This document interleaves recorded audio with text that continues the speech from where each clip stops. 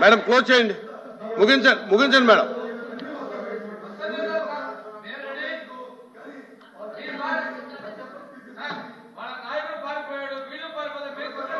అరే రే చర్చ duet.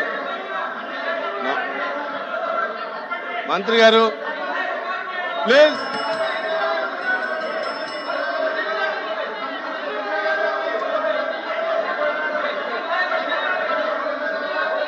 Please కూర్చోండి.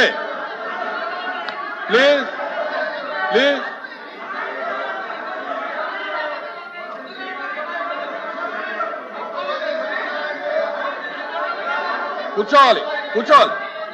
కూర్చోండి దయచేసి. మేడం కూర్చోండి, కూర్చోవాలి.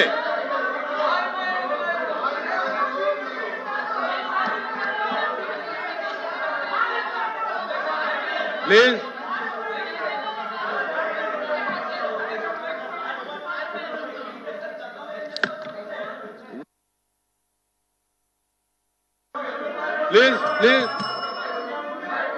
కూర్చోవాలి.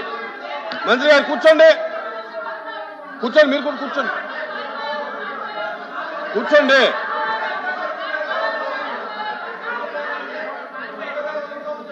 ప్లీజ్ కూర్చోండి. ప్లీజ్ రాంభూపాల్ రెడ్డి గారు కూర్చోండి. రవిబాబు గారు కూర్చోండి. ఇజ్రాయల్ గారు కూర్చోండి. సునాన్ రాజు గారు కూర్చోండి.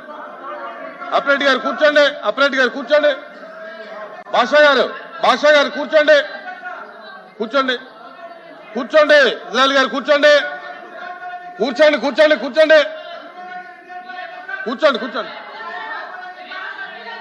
ఇజ్రాయల్ గారు నా అధ్యక్ష, గౌరవ సభ్యులు 2019 నుంచి 24 వరకు చంద్రబాబు నాయుడు గారు పారిపోయారని మీరు అంటున్నారు అధ్యక్ష. మీరు నాకు తెలిసినంత మీరు ఎమ్మెల్యే కాదనుకుంటప్పుడు చంద్రబాబు నాయుడు గారు హౌస్కి వచ్చారు, శాసనసభ సాక్షిగా నా తల్లిని అవమానించారు అధ్యక్ష. అది గుర్తుపెట్టుకోండి. మీరు గౌరవ సభతో వస్తున్నారు, మా తల్లిని అవమానించారు. ఈ రోజు మీరు కావాలని పోస్టులు కూడా అట్టని పెడుతున్నారు. మా తల్లిని అవమానించారు ఆ రోజు, మీకు గుర్తురాదా? ఎక్కడ అవమానించలేదు సార్, ఎక్కడ అవమానించలేదు. మీరు ఎట్లా మాట్లాడారో. మీరు ఉన్నారా హౌస్ లో ఆ రోజు? కూర్చోండి. మా తల్లిని అవమానించారు. అక్కడ ఉన్నారా హౌస్ లో? షర్మిల గారిని అవమానిస్తారు, విజయలక్ష్మి గారిని అవమానిస్తారు, మా తల్లిని అవమానిస్తారా? ఏం గుర్తురాదా మీకు? అదే ఒక్క నిమిషం నేను కూడా మాట్లాడచ్చు, గుర్తుపెట్టుకోండి. ఒక్క నిమిషం నేను కూడా మాట్లాడండి. ఏనాడు మేము మాట్లాడలేదు. కూర్చోండి. ఏనాడు జగన్మోహన్ రెడ్డి గారి కుటుంబం గురించి మేము ఏనాడు మాట్లాడాల? మా సభ్యులు ఏనాడు మాట్లాడాల? కూర్చోండి. శాసనసభ సాక్షిగా మా తల్లిని అవమానిస్తే కూర్చోమంటారా? 22 వరకు చంద్రబాబు నాయుడు గారు ప్రతిరోజు హౌస్కి వచ్చారు, ప్రతిరోజు హౌస్ నిలబడ్డాడు, సింగిల్ గా నిలబడ్డాడు. సింహంగా గుర్తుపెట్టు, సింగిల్ గా నిలబడ్డాడు, పోరాడాడు.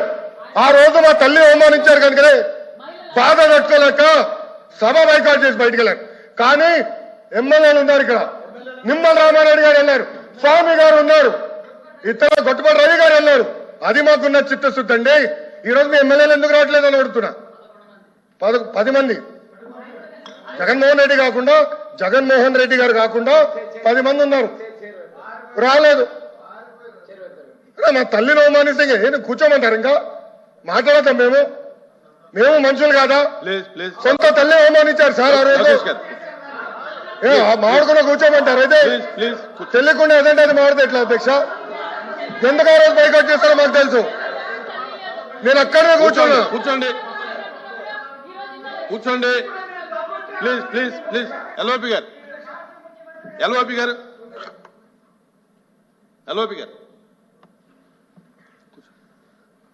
సార్, ఇప్పుడు సభ్యులు వచ్చి మాట్లాడారు. ఇప్పుడు సందర్భాన్ని వచ్చి తీసుకొచ్చారు. ఎవరు తల్లిని, ఎవరు చెల్లిని, ఎవరు కుటుంబ సభ్యుల్ని ఎవరు అవమానించినా సరే ఎవరు కూడా ఉపేక్షించేది లేదు, సహించేది లేదు. దాన్ని ఎవరు సమర్థించేది కూడా లేదు. దాన్ని ఎప్పుడు కూడా సమర్థించాం దాన్ని. అది అలాంటి సందర్భాలు వచ్చి మళ్ళీ మనం లేని సందర్భాలను ఇక్కడ తీసుకొచ్చి సభల్లో ఉండి ఏ సందర్భం మాట్లాడుకుని ఏం చేసిన రికార్డులో ఉండదు అధ్యక్ష. రికార్డులో లేని విషయాల్ని అవసరం లేని విషయాల్ని ఇక్కడ తీసుకొచ్చి అనవసరంగా హోందాగా మనం ప్రవర్తించాలి అధ్యక్ష. ఒక తప్పుగాని దాన్ని మేము సమర్థించట్లేదు, ఎట్టి పరిస్థితుల్లో సమర్థించట్లేదు, ఎట్టి పరిస్థితుల్లో సమర్థించట్లేదని చెప్తారు, సమర్థించట్లేదు అన్నారు. ఎట్టి పరిస్థితుల్లో సమర్థించట్లేదు, శ్రీకాంత్ సమర్థించట్లేదు అంటారు సార్. అధ్యక్ష సమర్థించట్లేదు అంటారు. ఒక్క నిమిషం. ఇప్పుడు సమర్థించట్లేదు అంటారు. ఎవరైతే ఆ రోజు అవమానించారో టికెట్ ఇచ్చారు కదా అధ్యక్ష, మళ్ళీ సమర్థిస్తాం కాదా అది? ఎవరైతే మా తల్లిని అవమానించారో వాళ్ళకి మళ్ళీ టికెట్ ఇచ్చారు, వాళ్ళు ఓడిపోయారు, అది డిఫరెంట్ స్టోరీ. బట్ టికెట్ ఇచ్చినప్పుడు సమర్థిస్తాం కాదా అధ్యక్ష? అది ఎట్లా మారుతారు అధ్యక్ష? ఎల్ఓపి గారు దయచేసి ఆలోచించమని కోరుతున్నా. ఆ రోజు సమర్థించారు, టికెట్ ఇచ్చారు, ఓడిపోయారు ఆ వ్యక్తి, దానికని ఏమంటారు అధ్యక్ష? సో దయచేసి ఆనాడు చంద్రబాబు నాయుడు గారు 2.5 సంవత్సరాలు నాకు గుర్తున్నంత వరకు అధ్యక్ష 2.5 years హౌస్కి వెళ్ళారు.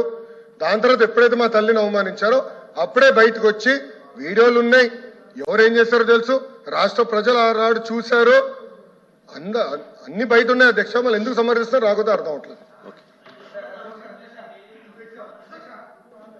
ఒకసారి అధ్యక్ష సార్, ఇప్పుడు బడ్జెట్ మీద చర్చ కొనసాగట్లేదు. ఆరోపణలు అధ్యక్ష, నేను అన్నదానికి వాళ్ళు మాట్లాడారు. మా నాయకుడు ఇప్పుడే మా లోకేష్ రావు గారు చెప్పారు,